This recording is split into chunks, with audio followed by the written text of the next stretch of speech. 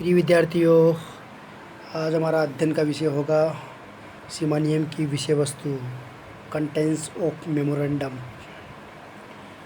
जिसके अंतर्गत पहला है कंपनी का नाम अथवा नाम खंड, name of the company, name clause. फिर दूसरा पंजीकृत कार्यालय खंड, रजिस्टर्ड ऑफिस क्लॉज। फिर तीसरा कंपनी के उद्देश्य खंड, object of company, object clause. फिर है चौथा कंपनी की पूंजी खंड, कैपिटल ऑफ कंपनी। फिर नेक्स्ट है और लास्ट है अभिदाता खंड, सब्सक्राइबर्स क्लॉज। अब हम यहाँ पे सीमा नियम की विषय वस्तु है, जिसके अंतर्गत पहला कंपनी का नाम अथवा खंड। अब इसके अंतर्गत नाम के अंतर्गत क्या क्या प्रोविजंस है, क्या क्या नियम्स है, उनके बारे में हम विस्तार पूर्वक अध्ययन करेंगे। सबसे पहले कंपनी के सीमा नियम का प्रथम खंड नाम खंड से जाना जाता है। ठीक है, ये जो नाम खंड है, कंपनी का नाम या नेम ऑफ कंपनी का है, वो प्रथम जो कंपनी का सीमा नियम है, प्रथम खंड किसका आता है? यहाँ पे नाम खंड आता है। इस खंड में कंपनी का नाम लिखा जाता है। सीमा नियम के कंपनी का नाम वही लिखना चाहिए जो रजिस्ट्रार द्वारा कंपनी के पंजीयन के लिए आरक्षित किया है। यहाँ पे इम्पोर्टेंट बात है कि सीमा नियम में कंपनी का नाम वही लिखना चाहिए जो रजिस्ट्रार द्वारा कंपनी के पंजीयन के लिए आरक्षित या रिजर्व किया है। अब यहाँ पे दो तीन बातें ये भी ध्यान रखना है। प्रत्येक सार्वजनिक कंपनी को अपने सीमा नियम में अपने नाम के साथ लिमिटेड शब्द आवश्यक रूप से लिखना चाहिए। इसके अलावा निजी कंपनी को अपने नाम के साथ प्राइवेट लिमिटेड शब्द कंपल्सरी रूप से जोड़ना चाहिए। अब यहाँ पे ये भी देखा जाता है कि कोई धर्मार्थ उद्देश्य, चैरिटेबल उद्देश्य के लिए सम्मानित करवाई गई है। यदि कोई कंपनी क्या है, धर्मार्थ उद्देश्य के उद्देश्य लिए करवाई तो वे अपने नाम के साथ इन शब्दों को जोड़ने या लिखने की आवश्यकता नहीं पड़ती है। ठीक है, तो यहाँ पे सिंपल अर्थ ये है, धर्मार्थ उद्देश्य जो चैरिटेबल उद्देश्यों के लिए जो कंपनी है, उसके अपने नाम के साथ में इन शब्दों को जोड़ने की आवश्यकता नहीं है। अब यहाँ पे कोई भी व्यक्ति किसी कंपनी का पंजीयन करवाना चाहता है तो उसके अपने नाम के साथ केंद्रीय पंजीयन केंद्र से आरक्षण करवाना चाहिए। नाम का क्या कंपनी का जो नाम है उसका क्या करना चाहिए? जो केंद्रीय पंजीयन केंद्र है, जो सेंट्रल रजिस्ट्रेशन केंद्र है, के रजिस्ट्रार से आरक्षण यानी रिजर्वेशन करवाना चाहिए। अब इस हेतु नियम द्वारा निर्धारित विधि के अनुसार शुल्क जो फीस है के साथ आवेदन करना पड़ेगा। इसके अलावा आवेदनकर्ता को अपने आवेदन पत्र में कंपनी का नाम लिखना चाहिए जिस नाम से वे कंपनी में पंजीयन हेतु आरक्षित करवाना चाहता है। अब यहाँ पे ये भी ध्यान रखना है, केंद्र सरकार द्वारा अधिसूचित नियमों के अनुसार नाम के आरक्षण हेतु आवेदन फॉर्म नंबर NC नंबर 1 में निर्धारित शुल्क के साथ करना चाहिए। ठीक है, इसके अलावा केंद्रीय पंजीयन केंद्र यानी पंजीयन यानी रजिस्ट्रेशन CRC का रजिस्ट्रेशन केंद्रीय पंजीयन केंद्र का रजिस्ट्रार इस आवेदन को स्वीकार भी कर सकता है और निरस्त भी कर सकता है। यानी ये जो रजिस्ट्रार है उसको ये अधिकार है कि या तो एक्सेप्ट करे या रिजेक्ट करे, ये भी ध्यान रखना है। इसके बाद में आवेदन प्राप्त करने के पश्चात केंद्रीय पंजीयन केंद्र यानी सेंट्रल रजिस्ट्रेशन सेंटर का रजिस्ट्रार आवेदन द्वारा प्रस्तुत सूचनाओं एवं प्रलेख जो सूचनाएं जो एवं जो प्रलेख डॉक्यूमेंट्स है प्रस्तुत कर प्रलेख के ऊपर के आधार पर कंपनी के लिए उस नाम को आरक्षित कर देगा। तो यहाँ पे सिंपल सी बात यह है कि जो केंद्रीय पंजीकरण केंद्र का रजिस्ट्रार है आवेदक द्वारा जो प्रस्तुत सूचनाएं है या प्रलेख है के आधार पर कंपनी के लिए उस नाम को आरक्षित कर देगा। लेकिन यहाँ पे इम्पोर्टेंट बात यह है कि आरक्षण आवेदन की तिथि से 60 दिनों तक के लिए होगा, 60 डेज के लिए होगा। इसके अलावा आवेदनकर्ता जो उस आरक्षित नाम से कंपनी का पंजीकरण करवाने का हकदार होगा उसका हक उसके द्वारा नाम के आरक्षण हेतु आवेदन पत्र प्रस्तुत करने की तिथि से 60 दिनों तक ही बना रहेगा। अब यहाँ पे एक बात ये भी है कि अगर जो आरक्षण है, जो नाम का जो आरक्षण है वो गलत सूचनाओं के आधार पर आधारित है, तो यहाँ पे ये भी कंडीशन आ सकती है। कभी कभी नाम का आरक्षण हो जाने के पश्चात ये मालूम होता है कि कंपनी के लिए उस नाम का आरक्षण हेतु गलत सूचनाएं प्रस्तुत की गई है। ठीक है, नाम का जो आरक्षण हो गया है, लेकिन क्या है, किसके आधार पर, गलत सूचना के आधार पर नाम का आरक्षण हुआ है। तो यहाँ पे तो फिर ऐसी दशा में क्या परिणाम, क्या रिजल्ट उत्पन्न होंगे, तो यहाँ पे ये ध्यान रखना है। पहली कंडीशन तो ये आ सकती है, अगर ऐसा होता है तो यहाँ पे पहला ये हो सकता है, यदि कंपनी का समामेलन या पंजीकरण नहीं हुआ है तो कंपनी के लिए आरक्षण क्या कर लेगा, आरक्षण जो रिजर्वेशन है, जो नाम है, नाम के लिए जो आरक्षण किया गया है वो निरस्त कर दिया जाएगा, रिजेक्ट कर दिया जाएगा।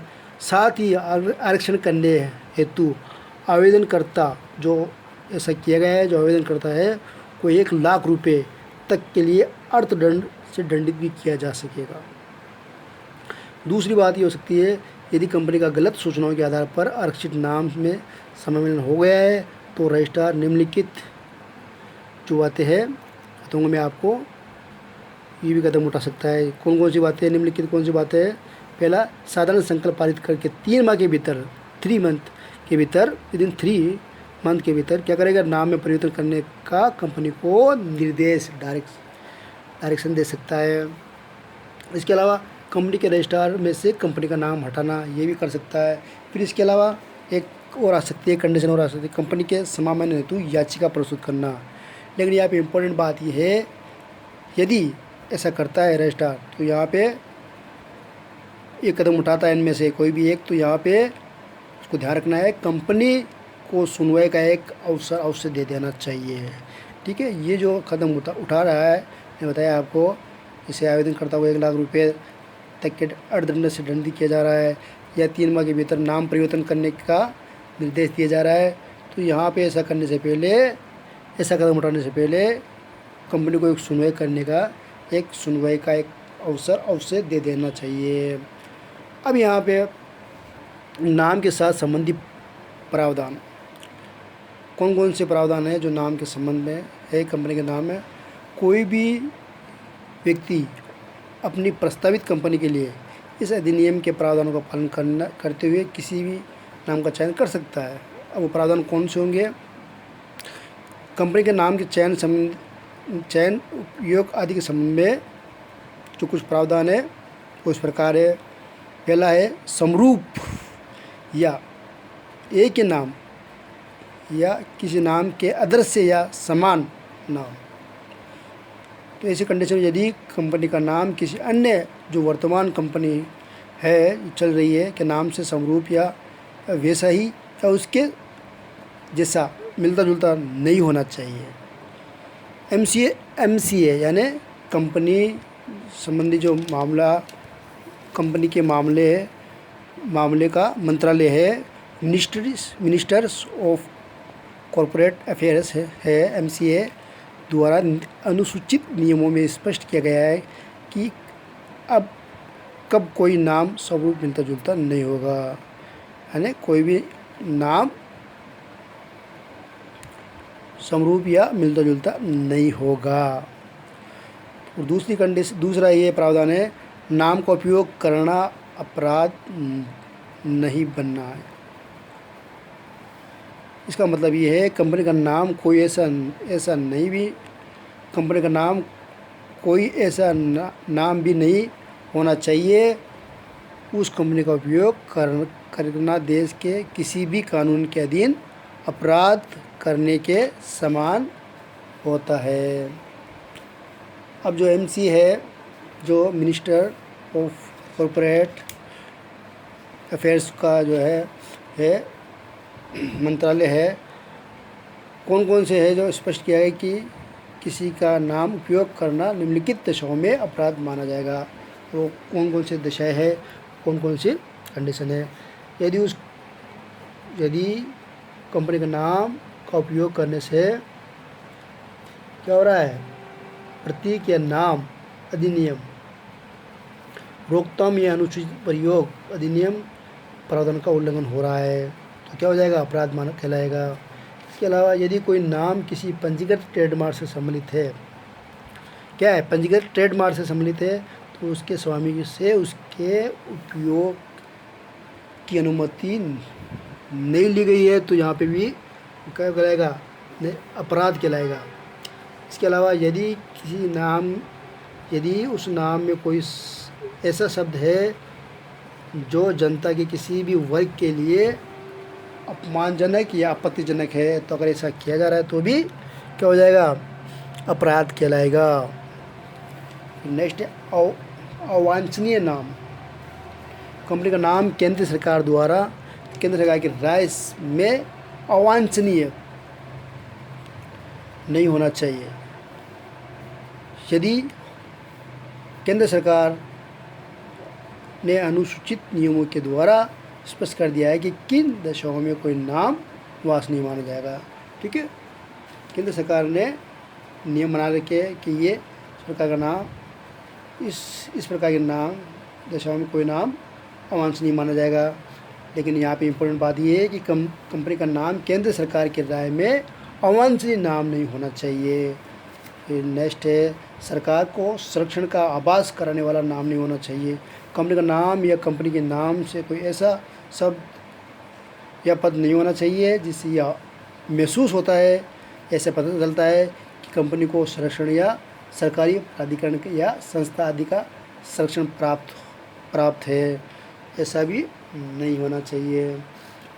नेक्स्ट और लास्ट है, प्रतिबंधित उपयोग वाले शब्दयुक्त नाम। कंपनी के नाम में ऐसा या कोई ऐसा शब्द नहीं होना चाहिए, कंपनी के नाम में ऐसा या ऐसे कोई शब्द नहीं होने चाहिए जिसके द्वारा उपयोग से पूर्व केंद्र सरकार की अनुमति प्राप्त करनी आवश्यक है। केंद्र सरकार की अनुमति से ही ऐसे शब्दों का उपयोग किया जा सकता है, ठीक है। अगर केंद्र सरकार की अनुमति ली गई है शब्दयुक्त नाम के लिए तो कोई समस्या नहीं है। लेकिन यदि कंपनी के नाम में कोई ऐसा शब्द या कोई नहीं होना चाहिए जिसके द्वारा क्या है, जिसके उपयोग से पूर्व केंद्र सरकार की अनुमति प्राप्त करना आवश्यक है, लेकिन केंद्र सरकार की अनुमति से ही ऐसे शब्दयुक्त नाम का उपयोग किया जा सकता है। तो इस प्रकार ये अधिनियम की विषय वस्तु जो पहला था, जो कंटेंट्स ऑफ मेमोरेंडम का जो पहला बिंदु है, कंपनी का नाम अथवा नामखंड, name of company and clause का अध्ययन समाप्त होता है कि